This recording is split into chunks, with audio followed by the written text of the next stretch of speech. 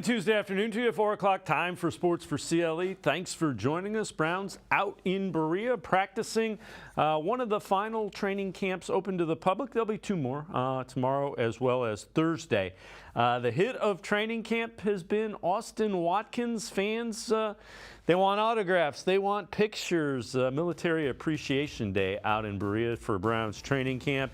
And Austin Watkins posing with some of the service people, and happy to do so as well. On the field, take a look, Deshaun Watson working with David Bell, and they complete that one.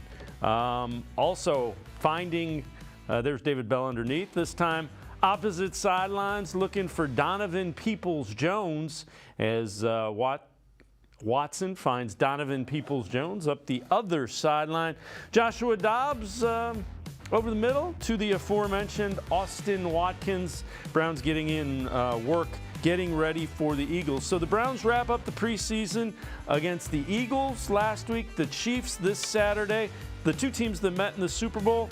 How they'll use this work this week to get ready for the season, here's what Kevin Stefanski said about that. Yeah, I think, obviously talking about the two teams in the Super Bowl last season, so getting good work of practice versus the NFC champs last week was great, and then going up against Coach Reed and the AFC champs this week, obviously in practice going against the ones and getting a ton of reps in this game, getting our ones out there, getting our starters out there versus their good players. I think it's a great challenge for us. As you know, it's all part of the process. It's all start as we get started. It's part of getting ready for September 10th. So I think it's important for our guys to lock in. It's why we're using this week as a regular season schedule to get our players used to the rhythm, used to their routine, used to putting in new plays, and that type of thing. With that, let's welcome in Casey Kinnamon from Dog Pound Daily. Casey, we know most of the starters will be playing. Kevin Stefanski said they will hold some out. How long do you think they play for, and what do we need to see to feel good about the starters? I think you're looking at roughly 25 snaps, a quarter and a half, which for an offense could be 3 drives or 4 if they're short, but that's good enough to get a good barometer, like a good heat check going into the season. You just want to see efficiency. You want to make sure that all the little bugs are worked out. They're getting in and out of the huddle. They're getting their pre-snap stuff in. You want to see accuracy from Deshaun Watson and make sure his eyes are right. And outside of that, you just want to see him hit a couple big plays. Nothing crazy. You obviously want to see a couple touchdown drives, but as long as he's accurate and getting his eyes in the right place, I think you can feel good about where they're at. The comfort level that we saw against Washington, want him to see comfortable like it's his offense. Number one thing is you want everybody to come out of this healthy. Yeah, after watching that game last week, just holding your breath, watching all those Eagles get carted off, that's the most paramount thing, is getting out of that as healthy as possible. So this is from the Herd with Colin Cowherd. How close the Browns are to the Super Bowl, quote-unquote, end zone? 40-yard line. Under Stefanski, they've had the worst record in that division. They have the most expensive offense. Does everybody love Deshaun Watson? Again, they're like Denver. I know they've got players, but do they have a good team? I don't know. Casey, they haven't played with a healthy starting quarterback. So, I would ask you this. What do you think the Bengals are going to do if Joe Burrow's backup plays for 11 games, or Joe Burrow has some sort of ailment where he tries to play through? Same thing with Lamar Jackson. We've seen that. Yeah, they'll be afforded the luxury of that excuse, though. For some reason in Cleveland, that doesn't fly. They're going to just keep pointing to that overall record and that they're the basement dwellers, yada, yada, yada. When I was watching that segment, 40 yards kind of sounds harsh, but, at the end, with the exception of the Steelers, who he had on the 30 for whatever reason, the teams that he had in the AFC ahead of the Browns are all teams that are going to be playing for the that last playoff spot. They're all going to be vying for those 7 seeds. So it might sound harsh, but at the end of the day, the Browns haven't showed it yet, so I think it's fair. Yeah, I get it, but it's more the rationale. Are they a good team? Well, the Steelers, we've talked about this. The Steelers had Ben Roethlisberger, Tommy Maddox, and really good quarterback play even before that. I hear all these great reports about Kenny Pickett. I still want to see it. Yeah, that's just wish casting. They're just, and it has to be. I don't know how many games he started last year, but I knew he threw more interceptions than he did touchdowns. You don't hear that getting brought up a lot right now, though. It's all about, hit what he could be. So there's a lot of wish casting on their part. But, I guess they're the Steelers. They're going to get the benefit of the doubt. Yeah, I get it. That's what happens when you win a lot. All right. This is from Game Day NFL, predicting every team's 2023 record. They have the Browns going 10-7, so they have them losing to the Bengals, beating the Steelers. They're going 2-2 into the bye, losses to San Francisco, the Seahawks. Okay. Losing to the Ravens, beating the Steelers twice. Well, a nice little win streak going there, and then losses to the Bengals and to the Jets. So 10-7. I certainly think that's probably a fair. I'd say 10, 11, 12 is the ceiling, 9 is a floor. That's kind of where I'm at with them. Yeah, that's where I've been as well. Interesting how they had them getting there, going 2-4 in the AFC North, sweeping the Steelers, but losing everything to Baltimore and Cincy. I don't see as likely. And the goal has to be at least 4-2 if you're the Browns. And they did have them having a 6-game winning streak in there, which that'd be nice to live through. But 10-7, that's a respectable record. Is it enough to get you into playoffs in the AFC? I don't feel confident about it. No, I think you have to go 11-6 to feel reasonably confident. And I think 12-5 to feel like you definitely get a place in that 7 seeds. Well, and the other thing is you got to make sure you want to be 3-3, 4-2 in the division. Again, teams do not. The Ravens and the Bengals, they haven't swept the Browns in the same season in quite a while. It's usually 3-3, 4-2. Yeah. I mean, that just goes to speak about the AFC North in general.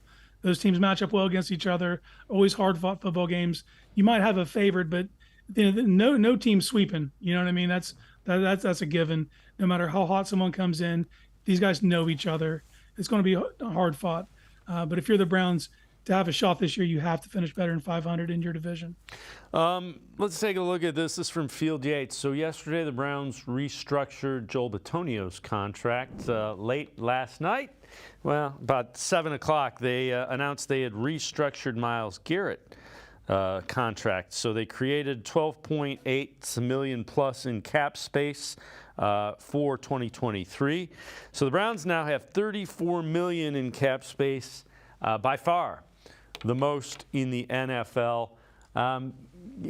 We had talked with Mary Kay and other beat reporters. There isn't necessarily a target. It's more to keep some flexibility open, and they're going to roll most of that into next season.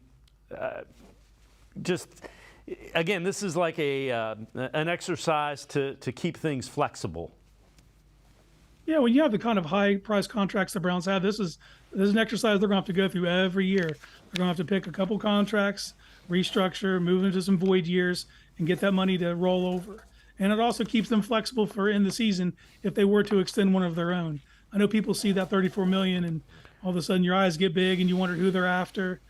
I don't think they're after anyone. I think they're going to take care of their own if they need to, but for the most part, this is to take care of some of those high-priced contracts that are coming down the road. It'll be interesting to see if Nick Chubb gets off to a really nice start. You might look at extending him a year, 2 years, something like that. You spread it out and you kind of lessen the cap hit of his contract, but you make sure you get 2 or 3 more years of Nick Chubb. Yeah, and these are the kind of moves that kind of facilitate that. When you free up that kind of money, it gives you flexibility, so you're not pigeonholed into any one thing. You look at Nick Chubb as a player just fits in that category, or it could be someone like Grant Delpit or DPJ. Those are guys they might not want to get to the end of the year if it starts trending in the right direction for them. Casey Kinnamon from Dog Pound Daily and I are going to step aside, take a quick time out. Other side of the break, we'll hear from someone with the 33rd team what they expect from the Browns this year. Sports for CLE, be right back. Stay with us. Come back to go forward. Back to learning new things. Back to pursuing your dreams. Tri-C has flexible learning options to fit your life. And every year, more than 1,000 local companies provide Tri-C students with real-world learning. The right education can boost your lifetime earning power by hundreds of thousands of dollars. Start now with a college education you can afford. Tri-C, where futures begin. The Ohio Lottery Partners in Education program recognizes role model students and teachers from across Ohio. Nominations can now be done completely online. To nominate a deserving teacher or student, go to ohiolottery.com. In the About section, find Partners in Education. There you will find links to the nomination forms. Students, kindergarten through 12th grade, can be academic all-stars. Teachers can be honored as a Teacher of the Month. The Ohio Lottery Partners in Education, where stars shine. The Greater Cleveland Sports Hall of Fame celebrates the star athletes and notable sports figures who were born or have made their home in Greater Cleveland. It tells the story of discipline, commitment, perseverance, sportsmanship, and excellence in achievement. It encourages and inspires those who believe in sport and its direct impact on the well-being of our community. Go to clevelandsportshall.com or follow us on Twitter at GCLE Sports HOF for more details.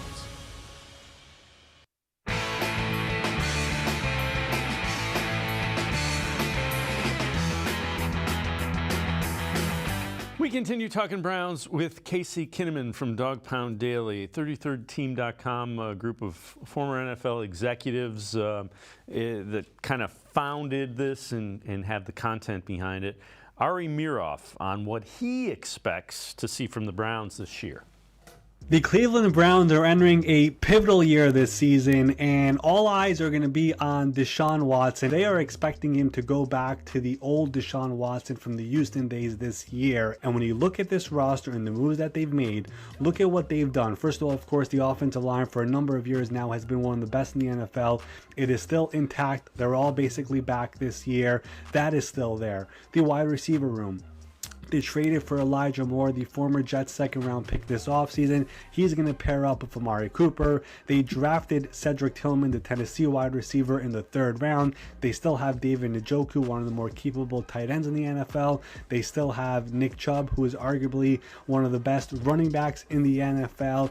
Watson, this is really his first year where he has felt like there hasn't been much noise around him. He felt like this was his first year where he's fully all football once again. A very pivotal year for Cleveland to prove that all those picks that they gave up and all the money that they gave him, that it was worth it. Because if they don't, and if he doesn't, then that contract is not going anywhere. There is no way of getting out of it. So there could be possibly a situation here where if it does not pan out, we could be talking about jobs on the line, those type of things. And Casey, I get the narrative. The one thing I would say is everybody keeps talking about getting back to the Deshaun Watson in Texas.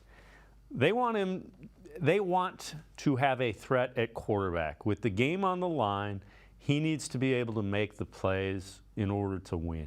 That's if you wanted that is my definition of an elite quarterback. All right, isn't set up for you to win. Find a way to get us where we need to go. They paid that $230 million for an upper-tier quarterback. Whether he resembles what he looked like in Houston, he can evolve and be something completely different as long as he's upper tier. I think that's the only thing they are concerned with. They need a player that, if he needs to, could put the team on his back and lead him down in the 4th quarter. You know, whether that resembles 2020 or not is inconsequential as long as he's a top-tier quarterback. Right. If you make a play when the game is on the line, that's what we want. So same guy, Ari Miroff, tweets this out. This is the cap hits for Deshaun Watson's contract. So 2023, they negotiated it down in March. 19.0 is the cap hit this year.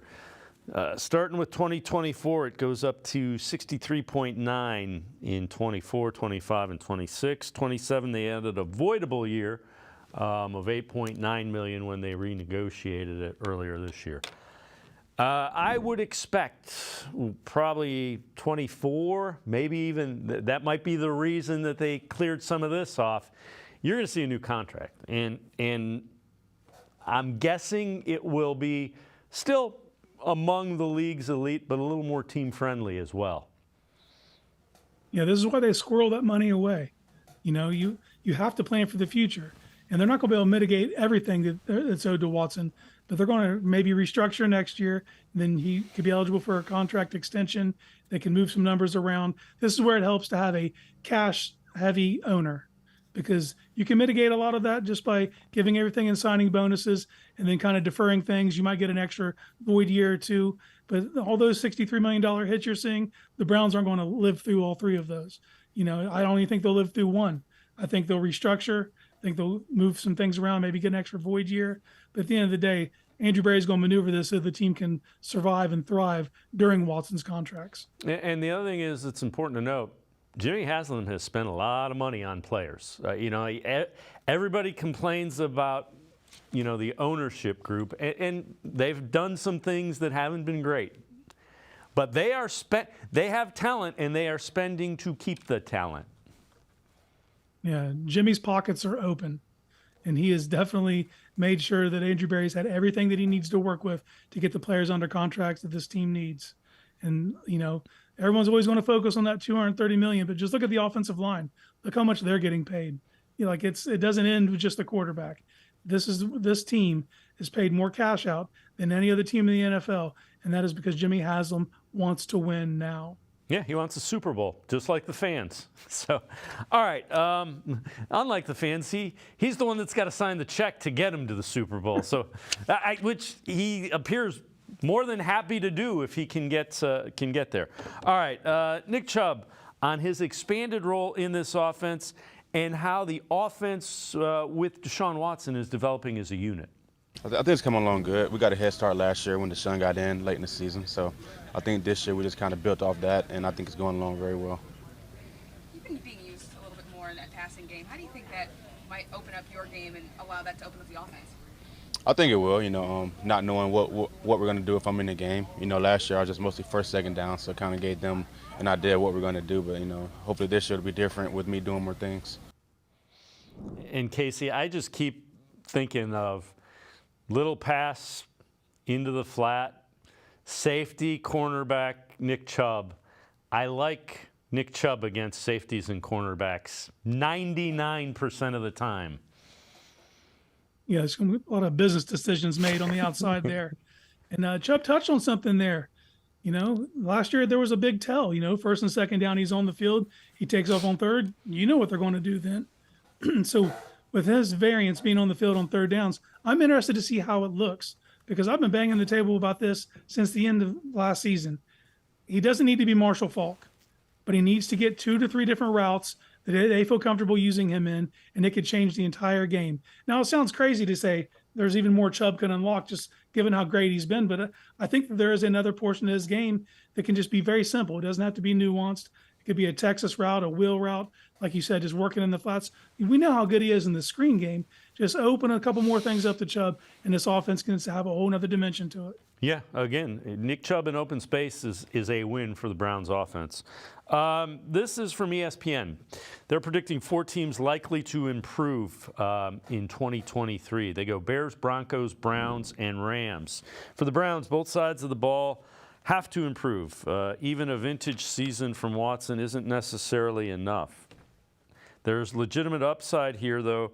Browns have a better shot at winning 12 games than any of the other teams that missed the postseason.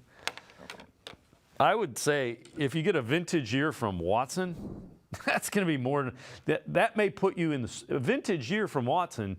Remember, 4,800 yards, 33 touchdowns, 7 interceptions, 2020. He puts up those kind of numbers in this offense. They're contending for the AFC title. Yeah, if they get a vintage season from Watson, they're the team standing opposite of Kansas City in the AFC Championship game. I agree. That's point blank. Yeah. I feel 1,000,000% confident in that statement. But they are right. That out of all the teams who didn't make the playoffs, the Browns have the biggest variance and could win 12 games. Not many teams that missed the playoffs can say that kind of stuff. So the Browns are are due for an upswing in the win department. Well, the AFC North is what's working against them. You know, the Ravens, the Bengals, the Steelers, and I get it. The Broncos have the Chiefs and the Chargers.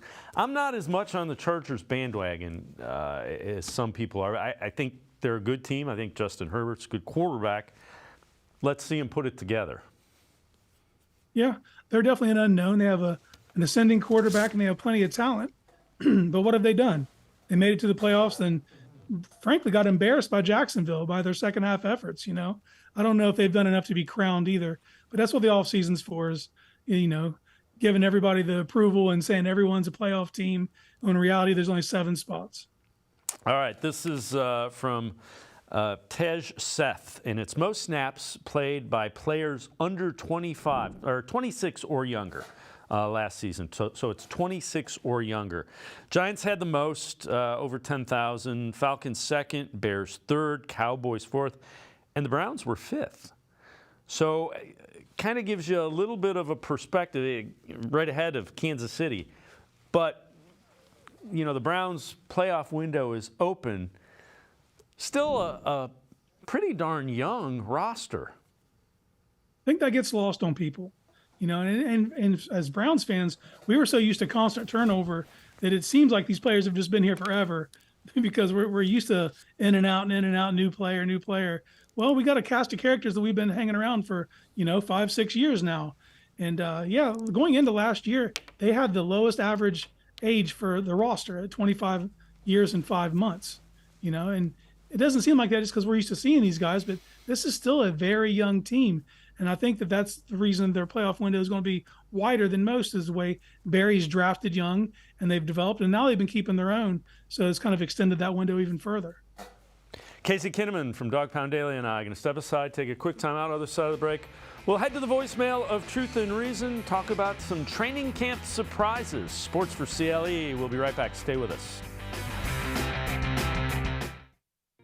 The Ohio Lottery Partners in Education program recognizes role model students and teachers from across Ohio. Nominations can now be done completely online. To nominate a deserving teacher or student, go to ohiolottery.com. In the About section, find Partners in Education. There you will find links to the nomination forms. Students kindergarten through 12th grade can be academic all-stars. Teachers can be honored as a Teacher of the Month. The Ohio Lottery Partners in Education, where stars shine.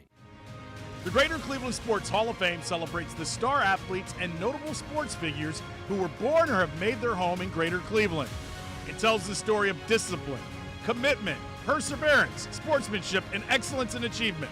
It encourages and inspires those who believe in sport and its direct impact on the well-being of our community. Go to clevelandsportshall.com or follow us on Twitter at GCLE Sports HOF for more details.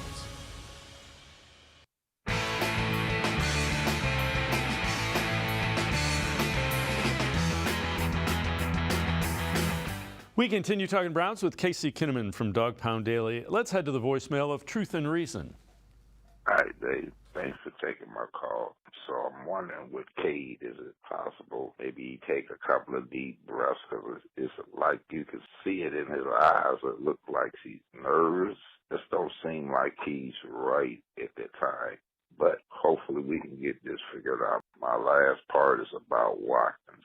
Now, Watkins is a guy that they definitely need to keep, because you see how he get open. So we need Watson to have all the weapons as possible. So I would love for them to keep him. Thanks for taking my call.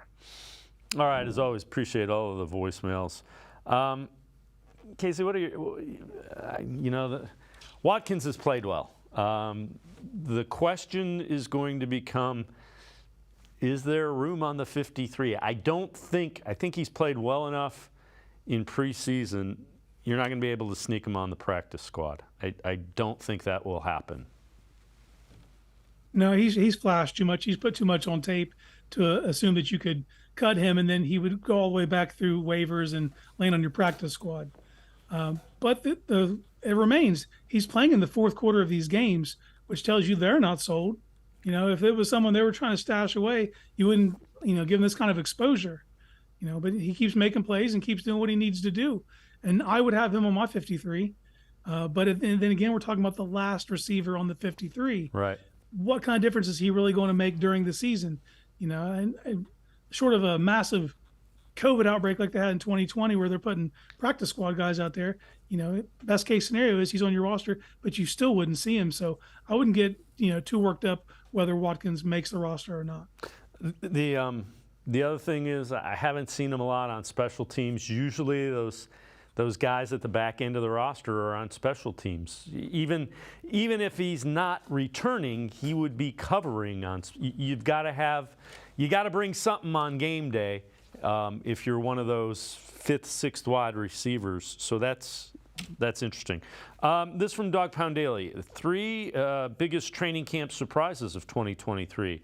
So number 3 is Mahmoud Diabate, a linebacker. We'll talk about him in a minute. Number 2, just got done talking about him, Austin Watkins Jr., played in the USFL and kind of opened some eyes. Number 1, Dorian Thompson-Robinson. Diabate is another guy. Do you think Diabate finds his way onto the 53-man roster? I do. I just see the skill set, and I think that I think his floor is high enough now that you could replace a couple of the players that are just basically special team tokens at linebacker, and you would have a player on your team that could have the potential to be a starter eventually. He's flashing those kind of skills. And I know a lot of people see, the safety or the fumble that he caused, but for me, it's even like the fluidity and coverage. Like, he is showing a diverse skill set that is completely different from what he played in college. This is all new to him, but you wouldn't know that just by watching the tape. And if you have a player that's ascending like that and taken to the system with the athletic skills that he has, I don't think you can expose him to waivers under any circumstance. I feel pretty good because Jim Schwartz is going to have input, and Jim Schwartz has an idea of what he can develop in his system. So the defense, I think, there will be a plan with some of the younger players defensively. Dorian Thompson-Robinson, I'm not. I think he's the QB3. If you want to argue with me and tell me he should be QB2, I'll listen to it. I think they found their developmental quarterback. I think this guy can play in the NFL at some point. I wouldn't want to have him start games this year necessarily. And as a surprise, I get it. We shouldn't be too surprised. He had as much experience as one could possibly have in college. But I'll say this: what he was asked to do in college at UCLA is wildly different from what he's doing in the NFL, and he's progressing every time you see him. And I know a lot of people kind of default to how athletic he is, but it's more than that. It's his pre-snap and his post-snap recognition. It's his eyes. He's getting his eyes right, hitting the correct reads. Like, he's definitely shown you enough to understand that this is their long-term backup plan. They just don't know if the future starts now or if it starts later. And the more good he puts on tape, though, the more confidence they could have to put him on the field. I'm with you. I don't want to see any backup quarterback on the field. If we're seeing a backup, that means things went terribly wrong. Yeah, the one thing, he makes decisions quickly, and most of the time they're the decision he should make. That he just looks like he belongs. I mean, that's the best way to say it. So Rodrigo Blankenship was waived by the Buccaneers yesterday. Why do we bring that up? Well, with Cade York struggling, keep in mind Rodrigo Blankenship played under Bubba Ventrone, the Browns' special teams coordinator in Indianapolis. Made 83.9% of his kicks. Perfect from 29 and in, 88.2 from 39 to 30. Almost 80% from 40 to 49, and 40% of his 50-plus, 2 of 5. I am in no way saying that I am ready to move on from Cade York. I am saying this is a guy to keep an eye on because he is out there and there is a connection to Bubba Ventrone. And I think that's the key. Does Bubba Ventrone sign off on this guy? Because if he does, you have to listen, and I don't know if anything imminent happens because, 1 week from right now at 4:30, they're going to dump 900 players into the free agent pool, and you could have your pick of the litter of the guys that are there. And there'll be plenty of kickers because there's kicker competitions going on all over the league, but him having that connection to Ventrone, that isn't, that means something. So if Ventrone's signing off on Blankenship, then I think if you're Andrew Berry, you need to listen. Yeah, and again, plan A is to get Cade York right. But if it gets to where this kicker issue is costing you games in the regular season, this is not the year they're gonna slow play that. Another guy to keep an eye out for. So former Bears running back Tariq Cohen missed all of 2021 while recovering from an ACL, was out of football last season, was recovering from a Achilles as well. He's now healthy, ready for NFL workouts per his agent Drew Rosenhaus, Ryan Matha. He's 28 and is looking to resume his career. Tariq Cohen, if he's back healthy, he's a guy, you get the ball in his hands. You know, he's not a workhorse type running back, but he is a threat to a defense, especially as like that third down, home run hitter type back. Yeah, that would be the role he'd be looking for, as a third down type back. That time off's got to be scary, though. And even him, the NFL workout part's got to be scary, because that's how he blew his ACL out, coming back from an Achilles. So it's been a while since we've seen Cohen on the field. But the last time you did see him on the field, he did demonstrate that explosiveness and shiftiness, and would make a third down a complimentary back to someone like Nick Chubb. However, as we just spoke on, the 4:30 deadline next Tuesday is going to release a bunch of guys into that same pool, and you might be more comfortable with a guy who's not coming off two devastating injuries. Yeah, he might be somebody they just bring in and see where he's at, kick the tires, as it were. Casey Kinnamon from Dog Pound Daily and I are going to step aside, take a quick time out. Other side of the break, we'll hear from Juan Thornhill, Brown safety, going to face his old teammates with the Chiefs in the final preseason game. Sports for CLE. We'll be right back. Stay with us. Come back to go forward. Back to learning new things. Back to pursuing your dreams. Tri-C has flexible learning options to fit your life. And every year, more than 1,000 local companies provide Tri-C students with real-world learning.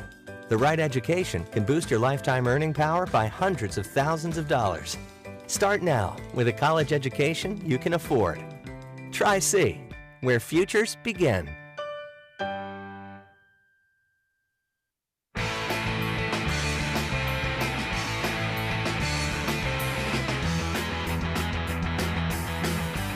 We continue talking Browns with Casey Kinnamon from Dog Pound Daily. So Juan Thornhill, free agent signing safety for the Browns, talked about facing his former teammates and how long he thinks they may keep their starters in.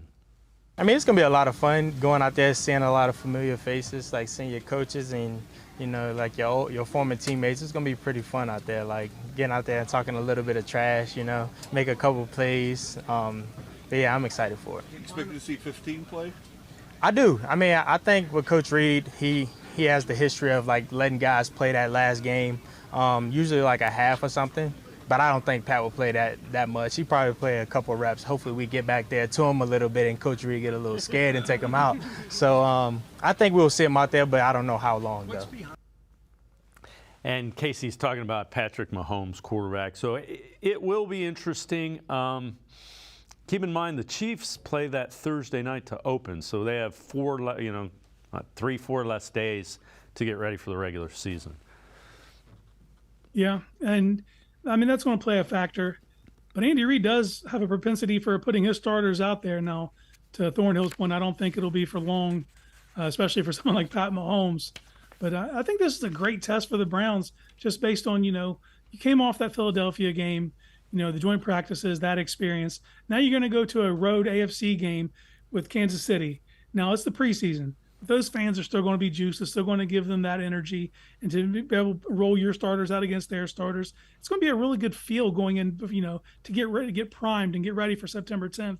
And Thornhill in general, I think that was an excellent signing. I think I like his energy. I like his enthusiasm. It gives you a true post safety, and it gives someone some winning leadership on the team. We talk about leadership all the time. This is someone who actually is the vocal part of that, which is something the Browns have lacked. Anything that you have seen in preseason or even heard about from the joint practice, any reason for concern?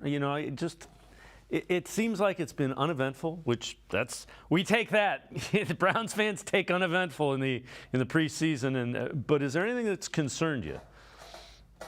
Concerned, no. But when you heard how much pressure the Eagles were getting on Deshaun Watson, that's not what you want to hear. But it's also the Eagles. They literally had 70 sacks last year. I think that it'd be unreasonable to think that they're going to get no pressure. But, I think it's something the Browns need to mitigate. Keeping Watson clean and keeping him upright's got to be a priority. So if there's any issues as far as protection, they need to iron that out. But just general concern, I would say no. All right, let's take a look. This is from Dog Pound Daily. 5 Browns players whose roster spot is on the line versus the Chiefs. Number 5, defensive tackle Tristan Hill. Number 4, offensive lineman Michael Dunn. Number 3, wide receiver Anthony Schwartz. Number 2, A.J. Green, cornerback. And number 1, John Kelly, running back. The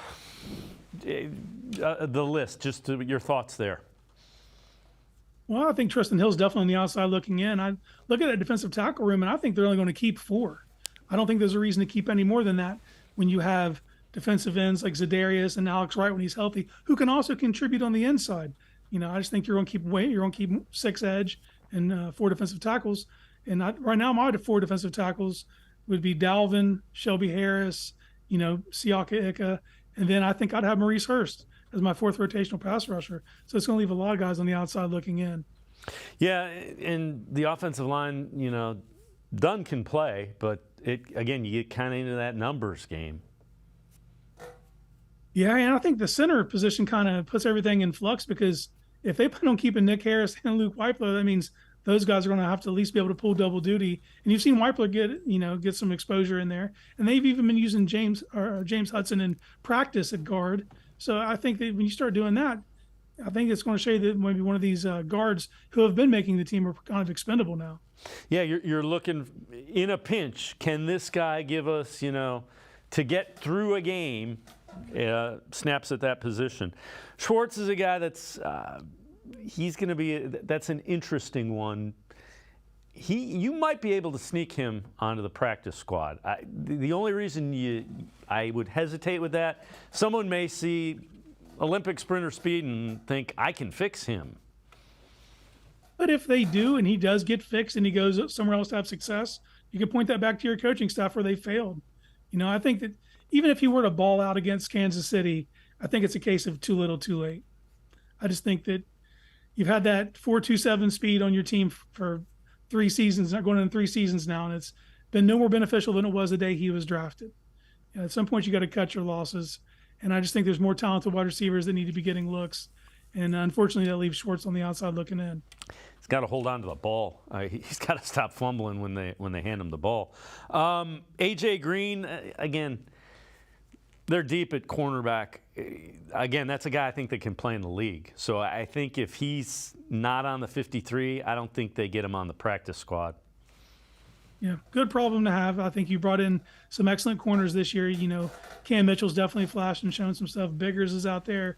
I think that it might leave someone like Green more susceptible to getting cut because those guys are a little more versatile with their ability to play inside more than Green is. Green is an NFL corner. It's just they've stocked this room to the point where you might have to cut an NFL corner, and I don't think there's a chance that he ends up on the practice squad whatsoever. No, if in a perfect world you'd try to get a low-round pick for him, I don't know that anybody's going to give you that. I'd say the same thing about Nick Harris. I think Nick Harris can play in the league, but I don't know. Everybody knows the positions you're loaded at, so they may not be willing to do that. The last one's John Kelly. He's a guy that they've kept him around on the practice squad, which means they see something that they like.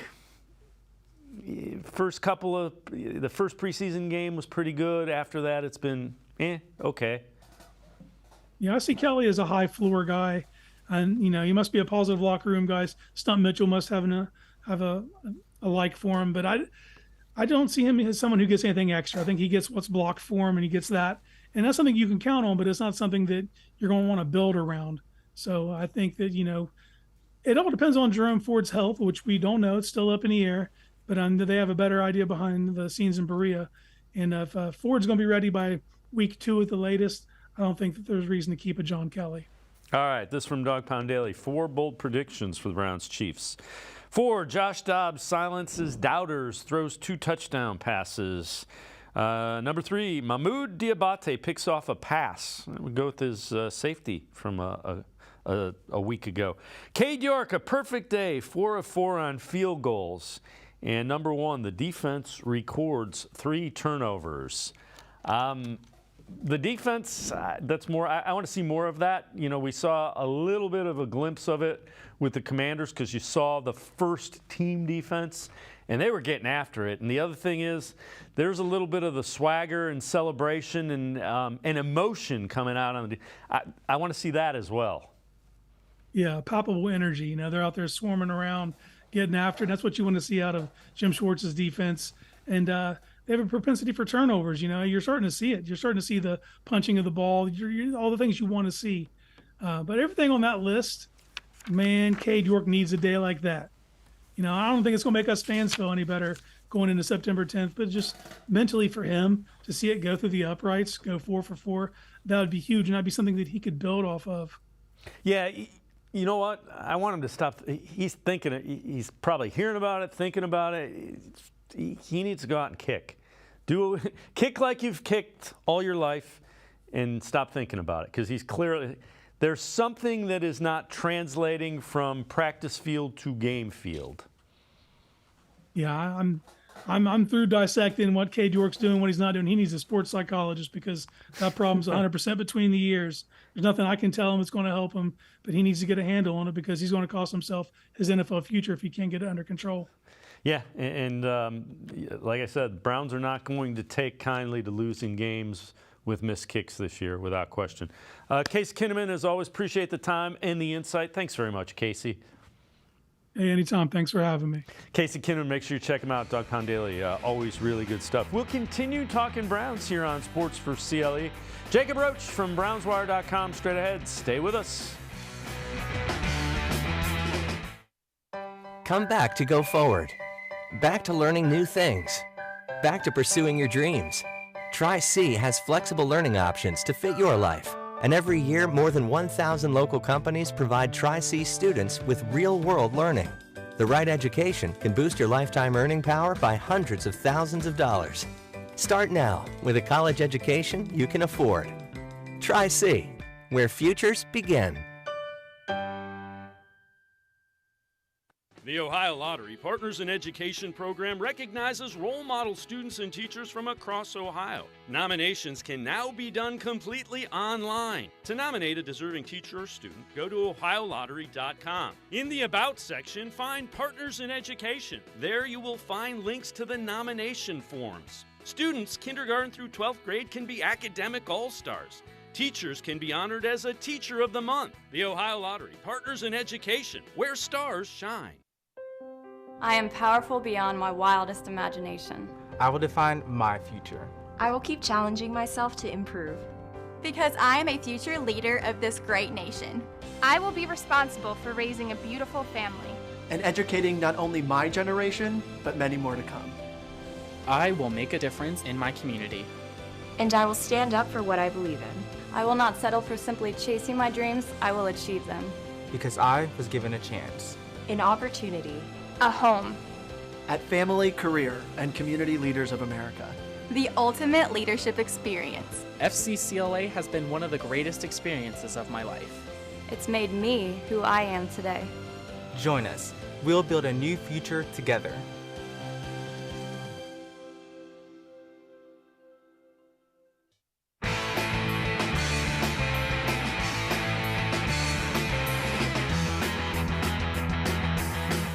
We continue talking Browns here on Sports4CLE. This, an article from BrownsWire.com from Jacob Roach. 5 players who have earned their roster spots in the preseason with the Browns. Austin Watkins, wide receiver. Defensive tackle, Maurice Hurst. Mahmoud Diabate, linebacker. Tyrone Wheatley, offensive lineman, and Ronnie Hickman, safety. Let's welcome in Jacob Roach, who wrote that article.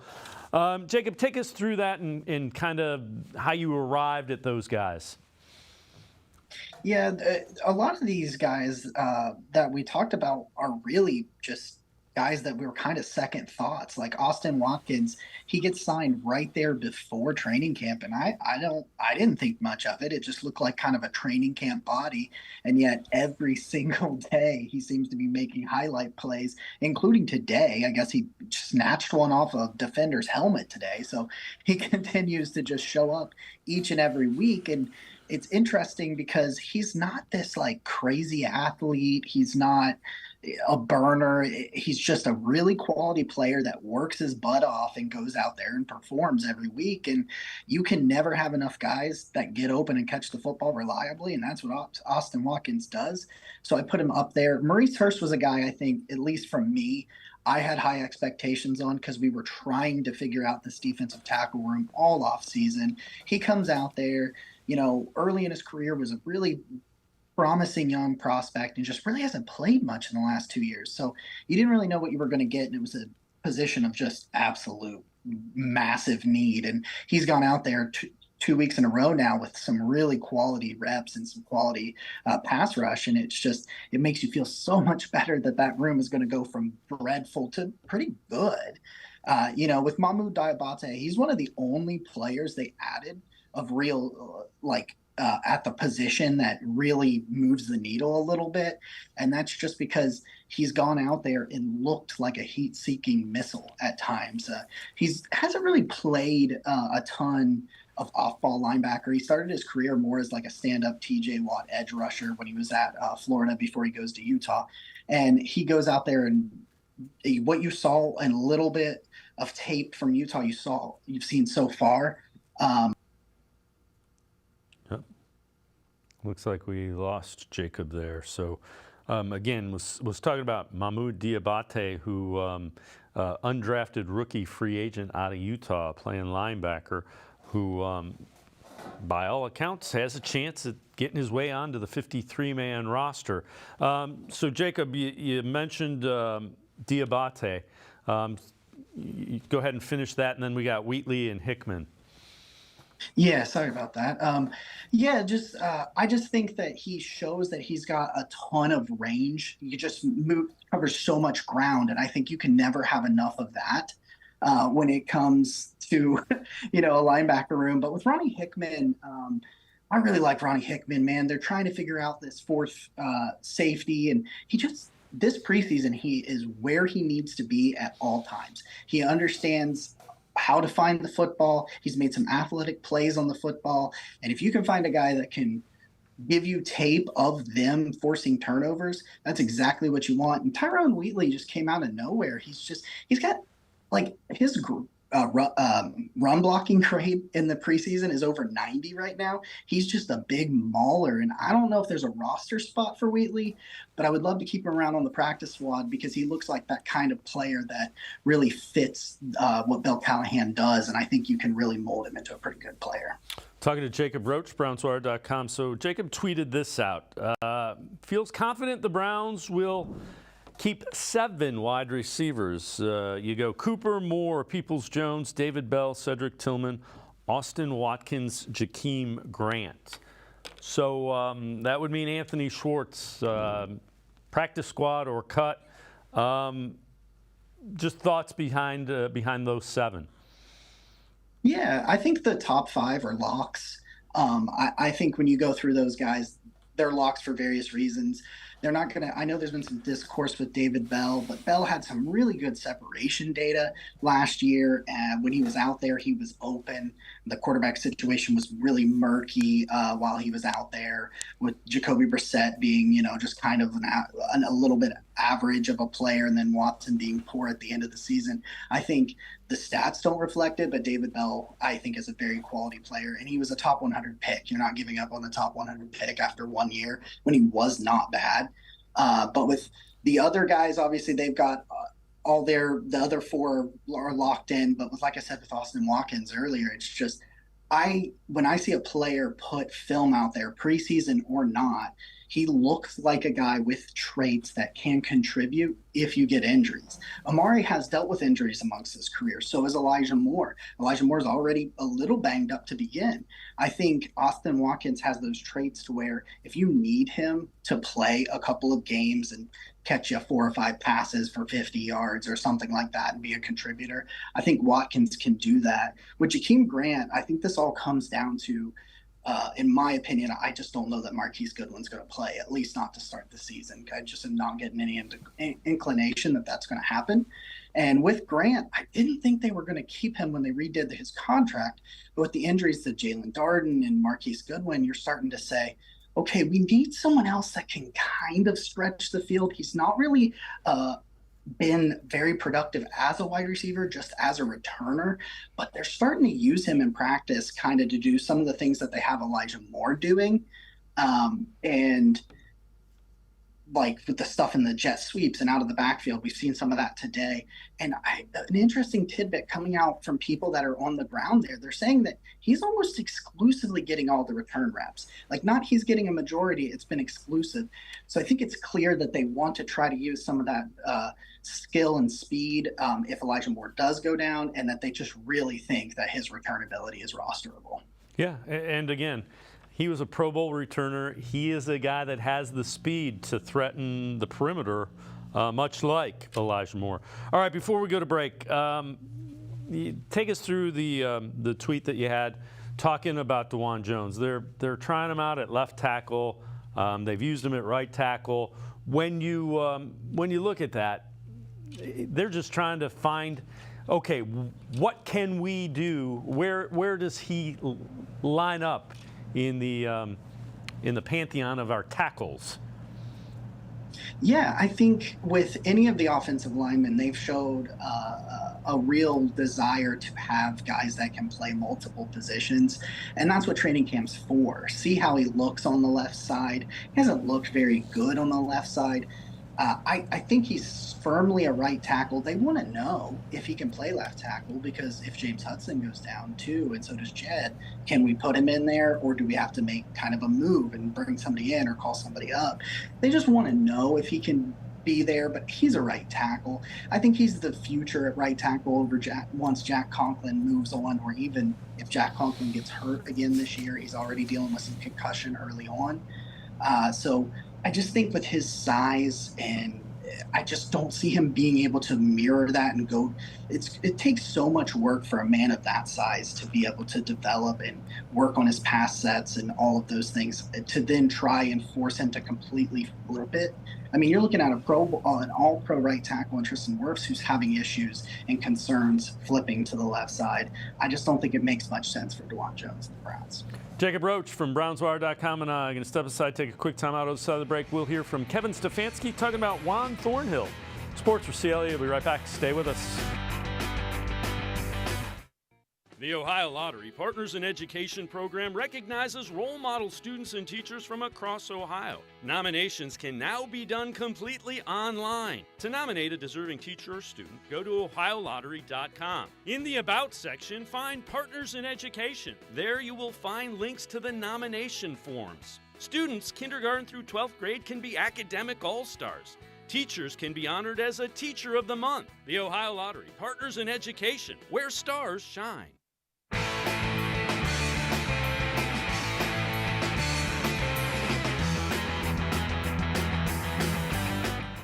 We continue talking Browns with Jacob Roach from BrownsWire.com. Kevin Stefanski met with the media today, talked about Juan Thornhill, free agent signing who played with the Chiefs the last couple of years, what he brings to the Browns.